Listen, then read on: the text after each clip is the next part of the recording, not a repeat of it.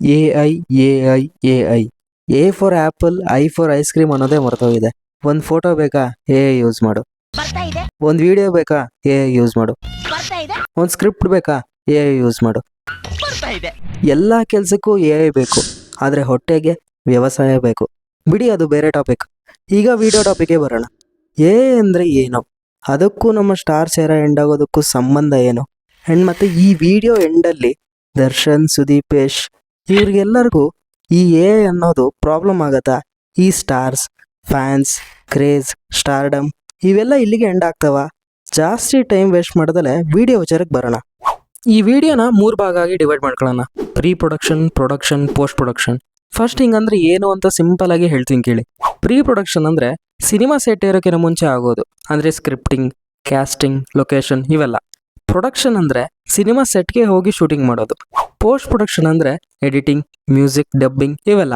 Weight ಈಗ video ನೋಡ್ತಾ ಇರೋರು ಇವು ನಮಗೆ ಸಂಬಂಧ ಇಲ್ಲ ಅಂತ ಬ್ಯಾಕ್ ಹೋಗ್ಬಿಡ್ಬೇಡಿ. ಒಂದ್ಸಲ ನೋಡಿ ಎಂಡ್ ತನಕ ಹೊಸ ವಿಷಯಗಳು ಗೊತ್ತಾಗ್ಬೋದು, ಇಲ್ಲ ನಮಗೆ ಗೊತ್ತಿಲ್ಲದೆ ಇರೋದು ನಿಮಗೆ ಗೊತ್ತಿದ್ರೆ ಕಮೆಂಟಲ್ಲಿ ತಿಳಿಸ್ಬೋದು.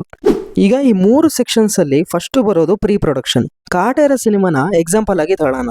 ಈ ಸಿನಿಮಾದ ಡೈರೆಕ್ಟರ್ ತರುಣ್ ಸುಧೀರ್, ಆದರೆ ಸ್ಟೋರಿ ಲೈನ್ ಮತ್ತು ರೈಟಿಂಗ್ ಮಾಡಿರೋರು ಜಡೇಶ್, ಮತ್ತು ಡೈಲಾಗ್ಸ್ ಬರ್ದಿರೋದು ಮಾಸ್ತಿ. ಬಟ್ ಈ ಎಲ್ಲ ಕೆಲಸನೂ ಎ ಐ ಮಾಡತ್ತೆ. ಹೆಂಗಿರುತ್ತೆ, ಚೆನ್ನಾಗಿರಲ್ವೋ ಅದೆಲ್ಲ ಪಾಯಿಂಟ್. ಒಂದು ಸಿನಿಮಾ ಆಗಬೇಕು ಅಂದರೆ ಎಷ್ಟು ಜನ ವರ್ಕ್ ಮಾಡಿರ್ತಾರೆ. ರೈಟರ್ಸ್ ಇರ್ತಾರೆ, ಡೈಲಾಗ್ ರೈಟರ್ಸ್ ಇರ್ತಾರೆ, ಅಸಿಸ್ಟೆಂಟ್ ಡೈರೆಕ್ಟರ್ಸ್ ಇರ್ತಾರೆ. ಆದರೆ ಎ ಐ ಈಗ ಎಲ್ಲ ಮಾಡತ್ತೆ. ಒಂದು ಎಕ್ಸಾಂಪಲ್ ತಗೊಂಡು ಕಾಟೇರ ಸಿನಿಮಾದ ಒಂದು ಡೈಲಾಗ್. ಆಯುಧ ಹಿಡಿದ್ರೆ ಅಲಂಕಾರ ಕಾಣಿಸ್ಬಾರ್ದು, ಅಹಂಕಾರ ಕಾಣಿಸ್ಬೇಕು. ಈ ಡೈಲಾಗ್ನ ಚಾಟ್ ಜಿಪಿಟಿಗೆ ಹಾಕಿ ಇದೇ ಥರ ಇನ್ನೂ ಕೆಲವು ಡೈಲಾಗ್ ಕೊಡು ಅಂತ ಕೇಳಿದೆ. ಅದು ಒಂದು 10 ಕೊಡ್ತು. ಆ 10 ಹೇಳಿ ನಿಮಗೆ ಬೋರ್ ಹೊಡ್ಸೋಕೆ ಹೋಗಲ್ಲ. ಒಂದು ಹೇಳ್ತೀನಿ ಕೇಳಿ. ಚಿಟ್ಟೆಯ ಅಲಂಕಾರ ಕಂಡಾಗ ಖುಷಿ ಆಗುತ್ತೆ, ಆದರೆ ಸಿಂಹದ ಅಹಂಕಾರ ಕಂಡಾಗ ಭಯ ಬರುತ್ತೆ. ಚೆನ್ನಾಗಿದೆ ಅಲ್ವಾ? ಬರೀ ಇಷ್ಟೇ ಅಲ್ಲ, ಈ ಡೈರೆಕ್ಟರ್ಸ್ಗಳು ಸ್ಟೋರಿ ಬೋರ್ಡ್ ಅಂತ ಸಿನಿಮಾನ ಶೂಟ್ ಮಾಡೋಕ್ಕೂ ಮುಂಚೆ ಮಾಡ್ಕೋತಾರೆ. ಈಗ ಅದು ಕೂಡ ಚಾಟ್ ಜಿಪಿಟಿನೇ ಮಾಡುತ್ತೆ.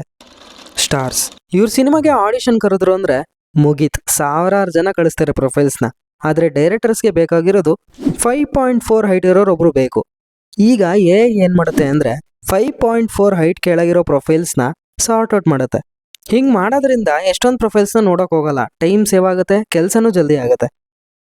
And the second part production. ಇಲ್ಲಿ ಏನ ಅಷ್ಟೇನು ಯೂಸ್ ಮಾಡ್ತಾ ಇಲ್ಲ ಸದ್ಯಕ್ಕೆ. ಇನ್ನು ಫ್ಯೂಚರಲ್ಲಿ ಇಲ್ಲೂ ಯೂಸ್ ಮಾಡ್ಬೋದೇನೋ.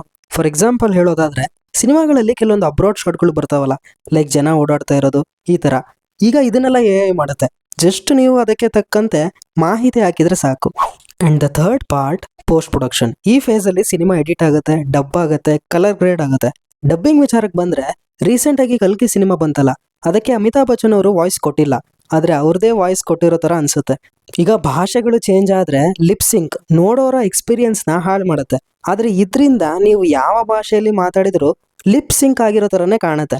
ಇನ್ನು ಎಡಿಟಿಂಗ್ ಮತ್ತು ಕಲರ್ ಗ್ರೇಡಿಂಗ್. ಈಗ ಒಂದು ಹಾಲಿವುಡ್ ಮೂವಿದು ಕಲರಿಂಗ್ದು ರೆಫರೆನ್ಸ್ ಹಾಕಿ ಈ ಥರ ಬೇಕು ಅಂದರೆ ಮುಗೀತು, ಆಯಿತು ಅಂತ ಇಟ್ಕೊಳ್ಳಿ ಕೆಲಸ.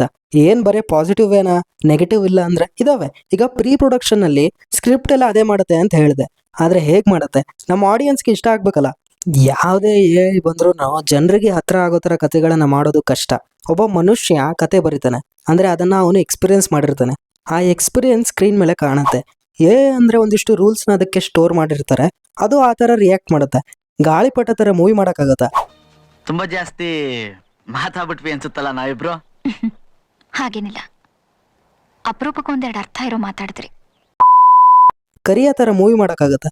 ಇಲ್ಲ, ಎ ಬಿಗ್ ನೋ. ಬಟ್ ಅದರಿಂದ ಹೆಲ್ಪ್ ತಗೊಂಡು ಇರೋ ಕತೆನೇ ಇನ್ನೂ ಬೆಟರ್ ಮಾಡ್ಬೋದು ಹೊರತು ಅದರಿಂದನೇ ಮಾಡೋಕ್ಕಾಗಲ್ಲ. ಇನ್ನು ಪೋಸ್ಟ್ ಪ್ರೊಡಕ್ಷನಲ್ಲಿ ಲಿಪ್ ಸಿಂಕ್ಗೆ ಹೆಲ್ಪ್ ಆಗುತ್ತೆ. ಕಲರ್ ಗ್ರೇಡಿಂಗ್ ಹೇಳಿದಷ್ಟು ಈಸಿಯಾಗಿ ಆಗಲ್ಲ, ಟೆಕ್ನಿಷಿಯನ್ಸ್ ಬೇಕಾಗ್ತಾರೆ. And the last point, most important one, ಆ್ಯಕ್ಟರ್ಸ್ಗೆ ಇದರಿಂದ ತೊಂದರೆ ಆಗುತ್ತಾ? ನನ್ನ ಕೇಳಿದ್ರೆ ಇಲ್ಲ. ನಾನು ನಂಬಿರೋದು ಒಂದು, ಎಲ್ಲಿ ತನಕ ದರ್ಶನ್, ಸುದೀಪ್, ಯಶ್, ಶಿವಣ್ಣ, ಉಪೇಂದ್ರ ಇವರೆಲ್ಲರೂ ಇರ್ತಾರೋ ಅಲ್ಲಿ ತನಕ ಯಾವ ಎ ಐಯು ಏನು ಮಾಡೋಕ್ಕಾಗಲ್ಲ. ಯಾಕಂದರೆ ಜನ ಅವ್ರ ಫೇಸ್ಗೆ ಯಾವ ಎ ಐ ಫೇಸ್ ತಂದು ಹಾಕಿದ್ರು ನೋಡ್ತಿರೋ ಸಿನಿಮಾಗೆ ಎಮೋಷ್ನಲಿ ಕನೆಕ್ಟ್ ಆಗಲ್ಲ. ಅವೆಲ್ಲ ಇನ್ಸ್ಟಾಗ್ರಾಮಲ್ಲಿ ರೀಲ್ಸ್ ಮಾಡೋಕ್ಕೆ ಚೆನ್ನಾಗಿರ್ತಾವೆ ಅಷ್ಟೇ. ಮುಂದಿನ ದಿನಗಳಲ್ಲಿ ಬರೀ ಆ್ಯಕ್ಟರ್ಸ್ ಹತ್ರ ಬಂದು ನಿಮ್ಮ ಫೇಸ್ ರೈಟ್ಸ್ ಕೊಡಿ, ನಾವು ಮೂವಿ ಮಾಡ್ಕೋತೀವಿ ಅಂತ ಕೇಳ್ಬೋದು, ಆ್ಯಂಡ್ ಅದು ಆಗುತ್ತೆ. ಬಟ್ ಈ ಆ್ಯಕ್ಟರ್ಸ್ಗಳಿಗೆ ಅದಾಗಲ್ಲ ಅಂತ ಅನಿಸುತ್ತೆ. ನೆಕ್ಸ್ಟ್ ಮುಂದೆ ಏನಾಗುತ್ತೋ ಗೊತ್ತಿಲ್ಲ, ಬಟ್ ಇವ್ರಿಗೆ ಅದು ಬೇಡ ಅನ್ನೋದು ನನ್ನ ಒಪಿನಿಯನ್. ಯಾರಿಗ್ ಗೊತ್ತು, ಬರ್ತಾ ಬರ್ತಾ ಎ ಇಂದ ಮೂವಿ ಮಾಡೋದು ಎಕ್ಸ್ಪೆನ್ಸಿವ್ ಆದ್ರೂ ಆಗ್ಬೋದು. ಎಲ್ಲರೂ ಎ ಯೂಸ್ ಮಾಡಕ್ ಸ್ಟಾರ್ಟ್ ಮಾಡಿದ್ರೆ ರಿಯಲ್ ಆಗಿ ಸ್ಕ್ರಿಪ್ಟ್ ಬರೆಯೋರಿಗೆ ವ್ಯಾಲ್ಯೂ ಜಾಸ್ತಿ ಇರುತ್ತೆ ಅಂತ ಅನ್ಸುತ್ತೆ. ನೋಡಿ, ಇವತ್ತಿನ ಕಂಟೆಂಟ್ ನಿಮ್ಗೆ ಇಷ್ಟ ಆಗಿದ್ರೆ ದಯವಿಟ್ಟು ಸಬ್ಸ್ಕ್ರೈಬ್ ಮಾಡ್ಕೊಳ್ಳಿ, ಲೈಕ್ ಮಾಡಿ, ತುಂಬಾ ಜನಕ್ಕೆ ರೀಚ್ ಆಗೋದಕ್ಕೆ ಹೆಲ್ಪ್ ಆಗುತ್ತೆ. ಈ ವಿಷಯದ ಬಗ್ಗೆ ನಿಮ್ಮ ಒಪಿನಿಯನ್ನ ತಿಳಿಸಿ ಮರಿಬೇಡಿ. ಮತ್ತೆ ಇದೇ ತರ ಇಂಟ್ರೆಸ್ಟಿಂಗ್ ಕಂಟೆಂಟ್ ಜೊತೆ ಸಿಗ್ತೀವಿ. ಅಲ್ಲಿವರೆಗೂ filmy stuff by Nehal channel ಕಡೆಯಿಂದ ಬಾಯ್ ಬಾಯ್.